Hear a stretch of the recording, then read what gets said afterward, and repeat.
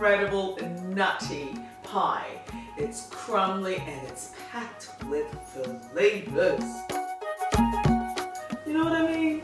So it's like 2 dishes in one. Hey! Flavorful. It's cost effective. What more do you want? And of course it's got that Ndudu twist. Stay tuned. So today I'm using something rather unusual. I'm using this multi-seeded bread mixture, which has pumpkin, millet, and sunflower seeds mixed into it. It's incredible. I was like, why don't I try making a pie out of it? So it gives it that nuttiness, you know? Of course, it's like a normal thing that everybody does. Yeah, right?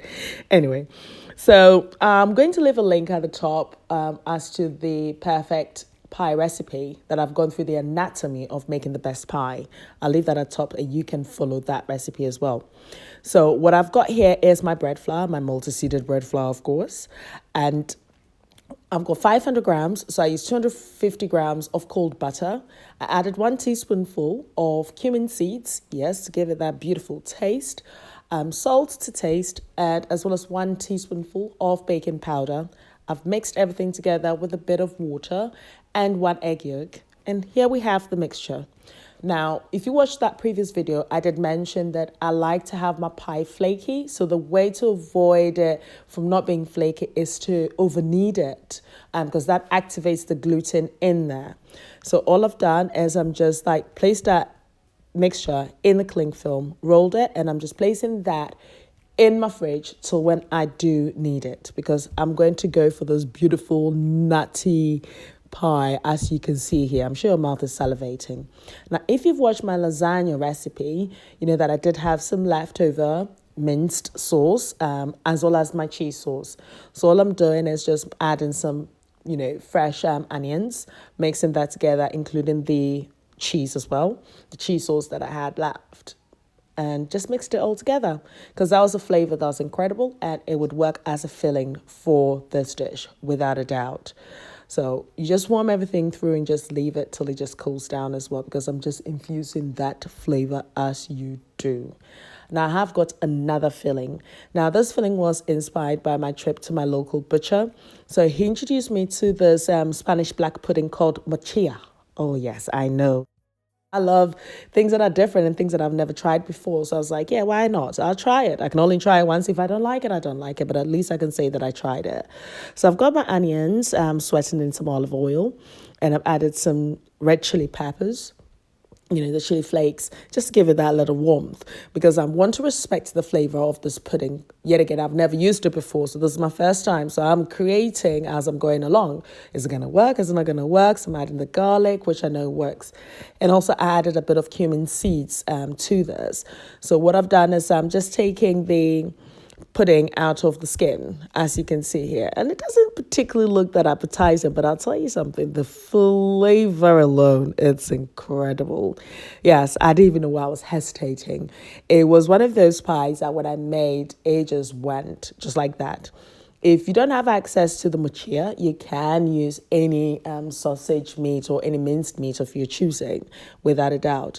And I'm also adding some smoked paprika because I want that smokiness to come through. So I've got that little heat coming through from the chili flakes as well and the sweetness of the onions. So I'm trying to balance the flavors perfectly and enhance what's already there. And then mix everything together till it's well combined. And I'm sure at this point that my onions and chili mixture has actually been reduced or been cooking perfectly. And I think it looks good. So I'm just going to add my mochila, as you say. I'm sure I'm not even pronouncing it correctly, but hey, it's a new ingredient for me and I'm trying it. So yeah, I'm liking it so far. So you've got that garlic there, you've got the onions there, and I've sweated it for about 3 to 4 minutes, yet again on a medium to low heat.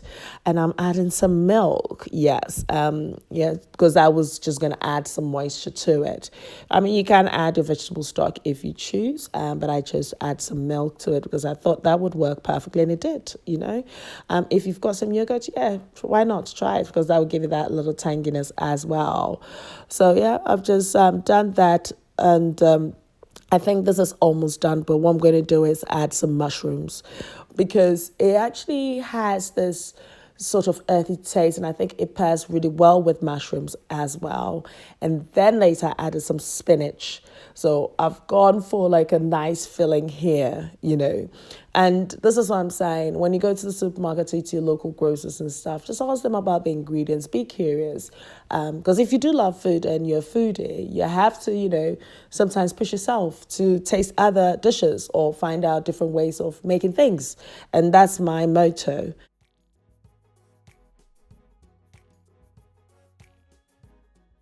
So my dough has been in the refrigerator for about an hour and it's ready for me to do my shenanigans. Now, of course, one has to flour the surface as you do so I can roll this beauty out. Now, the interesting thing is I decided to film this whilst I was creating it, not knowing what the end results was going to be like. So this is so exciting for me as well. So you're finding out whilst I'm finding out as well. And as I said, if you're a real foodie, you push yourself, and it's exactly what I'm doing here.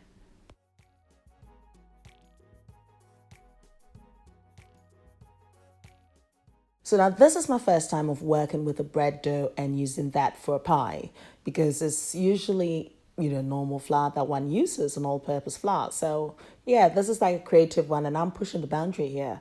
Whether it works or not, I'll find out. So of course I've floured my surface, I've rolled it out as you can see, and then the most difficult decision, obviously not. What bowl should I use? So I'm just gonna cut this into a beautiful disc and then I'll be able to add my filling. This is a thing if you want to, you love cooking and you need to push yourself. You need to find ingredients that you've never used before and try it. It can only give you two results. It either works or it doesn't. But that's the way you learn. So I'm adding my filling, making sure that it's jar. And then I decided to add some cashew nuts to this because, of course, I'm doing like a whole nutty thing. And I think it'll be a good surprise for your guest. Now, one thing I love about this recipe is, you can do this beforehand, yet again for Christmas and freeze it. So you place it in, you portion these into your freezer bags. So just Christmas Day, it's a matter of you taking it out, thawing it, and then, baking this. Or you can actually even bake it from frozen, and it's just beautiful. You can be creative as well in terms of the sizes. You can just make some bijou ones as you do. Now, the bijou sizes do go a long way because it means that you can have more pies and each time you can use it as a snack, as a canapé, whichever way. But I decided to add some walnut pieces here. This is just for me to see if my guests would notice the subtle differences, in flavor maybe. That's quite naughty of me, isn't it? That you can seal your pie or turn over, may I say, whichever way you like. You can use your thumb, you can use your fork. Now, another trick that I use when I'm baking my pie is using my cornmeal. So instead of me, oiling my baking tray and adding the flour, I prefer to use my cornmeal. You can use semolina in the absence of that. And that creates that beautiful stone-baked effect at the bottom of your pie or turnover, may I say. So now moving on to the lasagna stew. Yes, the recipe that I had. I steamed some purple cabbage because, I'm just going for that whole, sort of like a beautiful filling. You bite into that and you see that beautiful red, minced meat stew coming through, and then you have that purple cabbage also coming through. Of course, this is not any other food, or this is Ndudu by Fafa. So you just follow the same process of doing your filling. I think I should give you a closer view of this beauty. What I just described. You see, look at that stew. It's got that cheese in there. And then look at that purpleness. I know.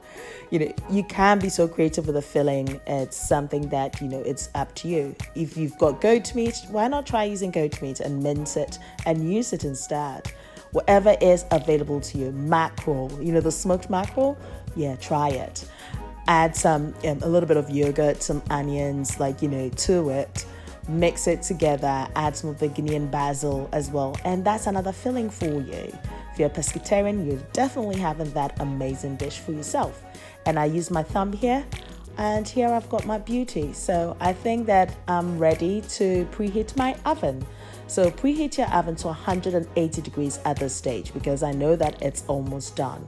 I'm going to give you a closer view of how beautiful and nutty this pie is, or turnover really is. You can see the pumpkin seeds, you can see the millet seeds. Look at this, look at the texture. Exactly. Rather unusual, isn't it? Yeah.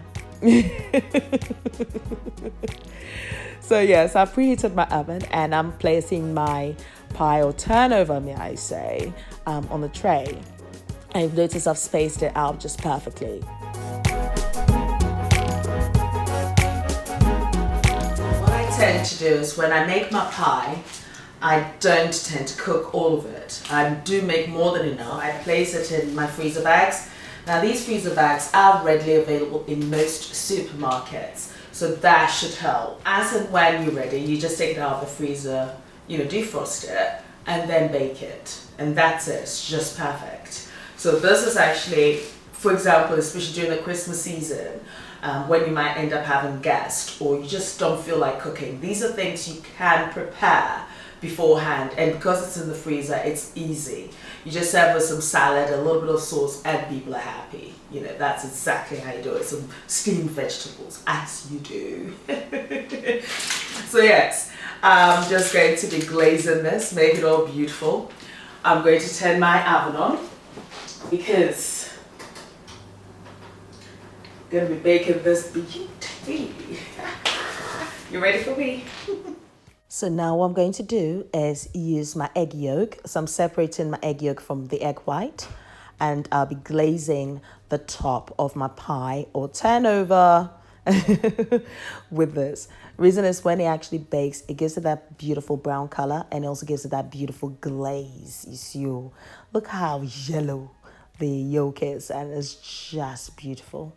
Yet again, it's not any other food. Oh, it's Ndudu by Fafa. So yes, I'm just making that little hole just to allow the steam to, come out so it doesn't explode. So preheat your oven to 180 degrees.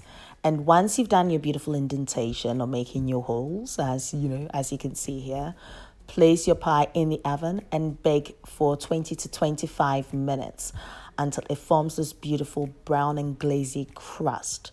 Now, after maximum of 25 minutes, take your pie out. And look at this beauty. Look at this.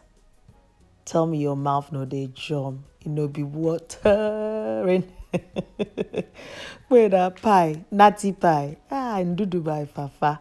I was just so proud about this. And you can see it's flaky. Look at those sort of marbled effects in there. And, it was the crust is just slightly thin. And I've got this fresh watercress. And I remember when I actually filmed this, I did film the Ghanaian chocolate fondue as well. I know, it's also a must-try recipe. So this was a meal on its own. Look at this beauty coming at you. Go on, pick one. Oh, sorry, you have to go and make one. So now I'm just going to make a beautiful sauce. I've got some horseradish and I've added some vinegar to it, olive oil, and I'm going to mix this together. Then I'm adding my black peppercorn, just to taste, absolutely. And at this point, I'm adding just a little bit of turmeric. Add the salt to taste and mix everything together till it's well combined. But also I want to balance that flavor, so I'm adding just a little bit of honey. That just gives it that sweetness, but not overpowering it, just so. I'm just going to mix this together till it's well combined, and I'm going to drizzle this beauty over my watercress, as you can see. So I've got my beautiful pie with my mochia stuffed in there, and you've got the watercress, which is a bit spicy, and you've got this sort of turmeric and honey dressing, and I've just added that to it. And for that shenanigan, and for you to know that yes, is the pièce de résistance, I'm just adding just tiny slivers of some red peppers or red chilies here, and that just makes it beautiful and appetizing. So that's just a meal on its own, really. So looks like you want to have a lazy Boxing Day as well. This is a great inspiration for you. You can use your leftover turkey as well for this. So yeah, why not? Definitely, it's a must-try recipe. Now, this is the one that I use a lasagna stew with the purple cabbage. Yeah, don't tell me I've not taken care of you guys. And there is more to come. Yes, absolutely. and it is delicious. I'll leave the list of ingredients and measurements on my blog in Ndudu by Fafa.blogspot.com. And until next time, take care of you. Be nice, be beautiful, because I love you.